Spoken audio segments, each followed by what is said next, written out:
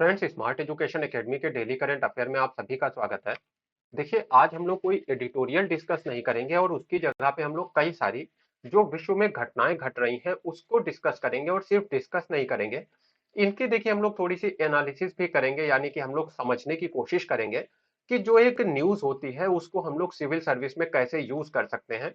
किस तरह से जो एक न्यूज होती है उसकी एनालिसिस की जाती है। देखिए, पहली न्यूज क्या है कि थाईलैंड में हो रहे सरकारी विरोधी प्रदर्शन के मद्देनजर थाईलैंड की सरकार ने राष्ट्रीय आपात की घोषणा कर दी है और सार्वजनिक स्थान पे लोगों के एकत्र होने पर प्रतिबंध लगा दिया है और मीडिया पे भी सेंसरशिप लागू कर दी गई है।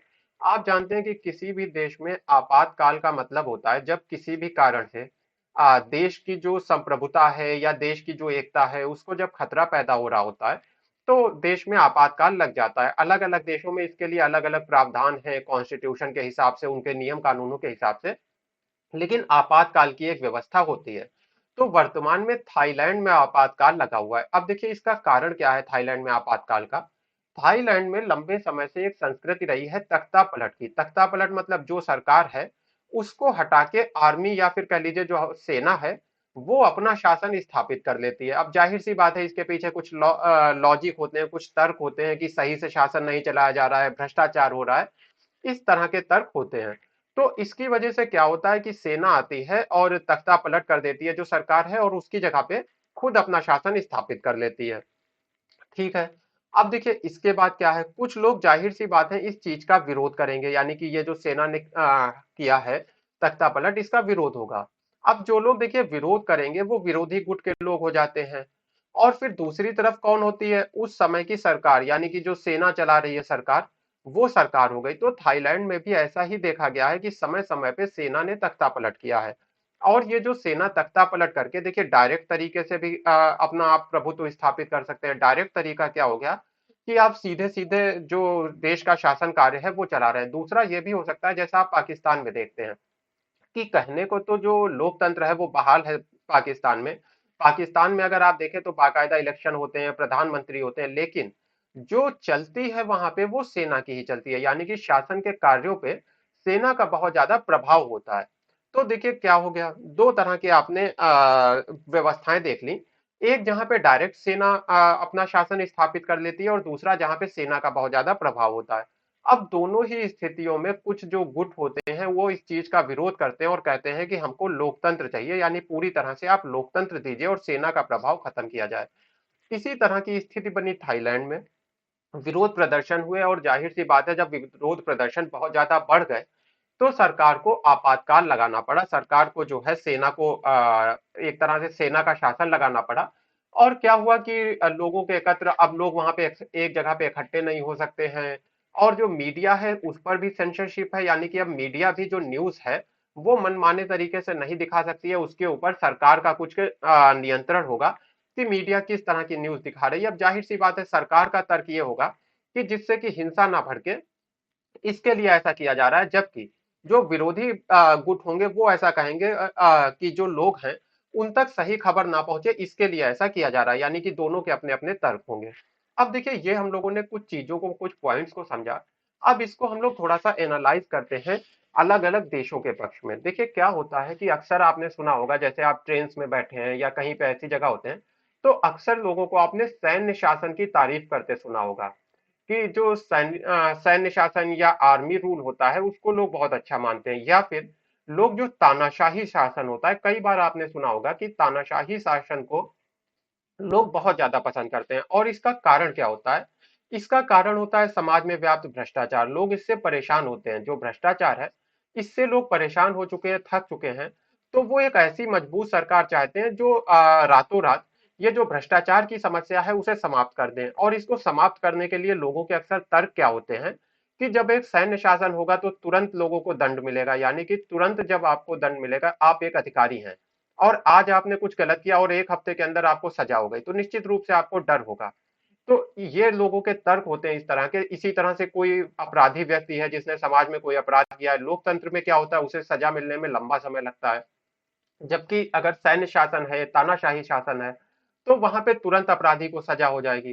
तो ये कुछ ऐसी चीजें होती हैं जिसको लेके जो लोगों के अंदर रोष है, गुस्सा है, उसकी वजह से लोग सैन्य शासन या तानाशाही शासन को पसंद करते हैं। लेकिन देखिए आपको ये इसलिए समझना है क्योंकि आप यूपीएससी के अक्सर आंसर लिखते हैं, तो आपकी डायरेक्शन क्या होना चाहिए। अब देखिए आप विश्व में क्या देखते हैं, सीरिया में देखिए लंबे समय से अस्थिरता बनी हुई है। और सीरिया में कैसा शासन था, तानाशाही शासन था, यानी कि वहां पे तानाशाही एक तरह से सरकार थी। अभी आप थाईलैंड की स्थिति देख रहे हैं, थाईलैंड में भी यही स्थिति बन गई है। और इसका कारण क्या है, देखिए इसका कारण ये होता है कि निश्चित रूप से जो इस तरह की सरकार होती है जिसे हम लोग तानाशाही सरकार कहते हैं, उसके पास अधिकार बहुत ज्यादा होते हैं।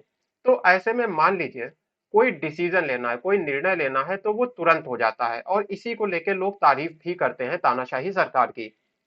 पर इसका बुरा पक्ष क्या होता है, मान लीजिए कि रेलवे लाइन पड़ना है, और इस रेलवे लाइन के किनारे किनारे जो लोग रहते हैं उनकी जमीन ली जाना है।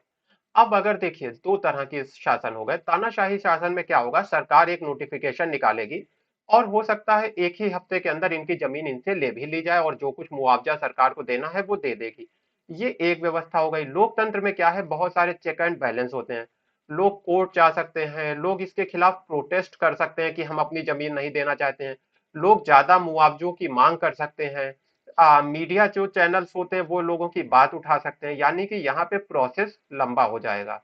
पर देखिए न्याय कहाँ पे है, यहाँ पे जहाँ पे सरकार मनमानी कर रही है, निश्चित रूप से वहां पे न्याय नहीं होगा। न्याय इस व्यवस्था में होगा जो लोकतांत्रिक व्यवस्था है। अब जो लोग इस मामले से संबंधित नहीं है, यानी जिन पर प्रभाव नहीं पड़ रहा है, उनको तो यही लगेगा कि ये तरीका सबसे अच्छा है, यानी डायरेक्ट जमीन ली जाए और देश का विकास किया जाए। लेकिन इससे क्या होगा, देखिए आज एक ग्रुप फंसा है, कल दूसरा ग्रुप फंसेगा इस चक्कर में, और ऐसे क्या होगा, एक बड़ा सा ग्रुप बन जाएगा जिनके साथ लगातार अन्याय हुआ है और उनकी बात कहीं सुनी नहीं गई है। तो ऐसे में एक प्रेशर कुकर बन रहा है, यानी आपका देश जो है एक प्रेशर कुकर बन रहा है जिसमें कहीं पे भी कोई सेफ्टी वॉल्व नहीं है जिससे अतिरिक्त भाप बाहर निकल जाए। यानी कि देखिए कुकर में क्या होता है हमारे यहाँ की भाप जो अतिरिक्त होती है वो बाहर निकल जाती है जिससे कि कुकर फटने नहीं पाता है। तो लोकतंत्र भी ऐसा ही होता है कि आप कोर्ट चले गए, प्रोटेस्ट कर लिया, मुआवजे की मांग रख ली अपनी बात सरकार से मंगवाने के मनवाने के लिए, और इससे क्या हुआ कि जो समाज का गुस्सा है वो निकल गया, लोगों के जो अधिकार है वो सुरक्षित बने रहे। लेकिन तानाशाही शासन में क्या हुआ कि लोगों को जो भी कहा गया वो मानना पड़ा। तो उनका जो गुस्सा है वो इसके अंदर भरा हुआ है, यानी कंट्री के अंदर भरा हुआ है। तो जब कोई ऐसा समय आता है जबकि आर्थिक स्थितियां खराब हो रही होती हैं, लोग बहुत ज्यादा परेशान हो रहे होते हैं, तो जाहिर सी बात है फिर इससे एक अस्थिरता, एक तरह के विरोध प्रदर्शन चालू हो जाते हैं। और ये जो तानाशाही सरकार है इसको खतरा पैदा हो जाता है। देखिए तानाशाही सरकार को तुरंत खतरा हो जाता है कि कहीं हमारी सरकार गिरा ना दी जाए, कहीं कोई दूसरा दल ना आ जाए। तो ऐसे में वो क्या करते हैं, यही सारी चीजें होती हैं कि आपातकाल लगा दिया, सेंसरशिप लगा दी, लोगों को इकट्ठा नहीं होने देंगे। अब देखिए जो चीजें हमें शॉर्ट टर्म में लग रहा था कि इकोनॉमी को बहुत ज्यादा फायदा पहुंचाएंगी, वही चीजें अब इकोनॉमी को नुकसान पहुंचाएंगी। क्या आप किसी ऐसे देश में व्यापार करना चाहेंगे, अपनी इंडस्ट्री लगाना चाहेंगे जहां पे आपातकाल लगा, यानी कि जहां पे कल हिंसा हो सकती है, जहां पे आपको कुछ फ्यूचर का पता नहीं है। निश्चित रूप से ऐसे देश में आप व्यापार नहीं करना चाहेंगे, अपनी इंडस्ट्री नहीं लगाना चाहेंगे। एक नुकसान हो गया।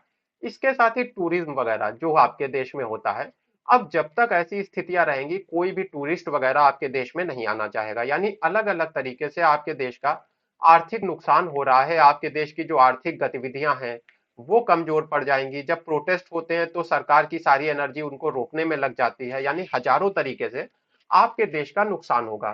तो ये मैंने आपको एक चीज समझाने की कोशिश की कि जो आर्मी रूल है या फिर जो तानाशाही शासन है, ये ऊपर से देखने में हमें बहुत अच्छा लगता है, लेकिन इसकी अंतर्निहित ऐसी कौन सी कमजोरियां हैं जिसकी वजह से लंबे समय में ये किसी देश के लिए अच्छा नहीं रहता है। फिर देखिए एक छोटी सी न्यूज है कि जो गोवा है उसने अपने यहाँ के सभी लोगों को पानी उपलब्ध करा दिया, और देश का ऐसा पहला राज्य है गोवा जहां सभी के घरों में पानी पहुंच रहा है। तो ये देखिए जल जीवन मिशन के अंतर्गत किया गया है। इसका उद्देश्य है कि 2024 तक भारत के जितने भी ग्रामीण घर हैं हर घर में एक नल का कनेक्शन पहुंचा दिया जाए, और जो नल का कनेक्शन है उसके थ्रू 55 लीटर कम से कम लोगों को पानी की आपूर्ति की जाए, यानी हर दिन 55 लीटर पानी हर परिवार को मिल सके, हर घर को मिल सके। तो इसके लिए हर ग्रामीण घर में या फिर कह लीजिए हर घर में नल पहुंचाना, ये जल जीवन मिशन का उद्देश्य है। फिर देखिए आती है एक news end to end encryption की।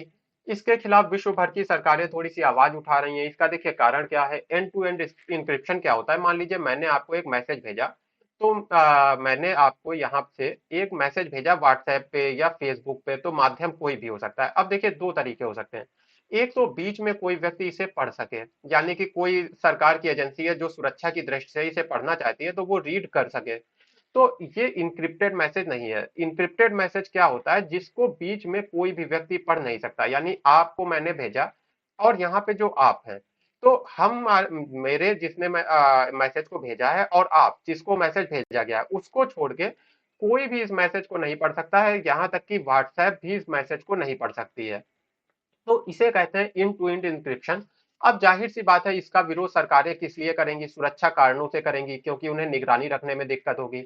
इसके साथ ही जो अलग अलग अपराध है, जैसे बाल अपराध हो गए, इस तरह के जो अलग अलग अपराध हैं उनको बढ़ावा मिलता है, क्योंकि बीच में जो है इसके ऊपर कोई निगरानी नहीं रखी जा सकती है। तो इसको लेके सरकारें विरोध करती हैं। अच्छा देखिए, दूसरा पक्ष क्या है, जो नागरिकों की प्राइवेसी का पक्ष है। यानी कि नागरिक ये नहीं चाहेंगे कि उनके द्वारा भेजा गया हर मैसेज सरकार पढ़े।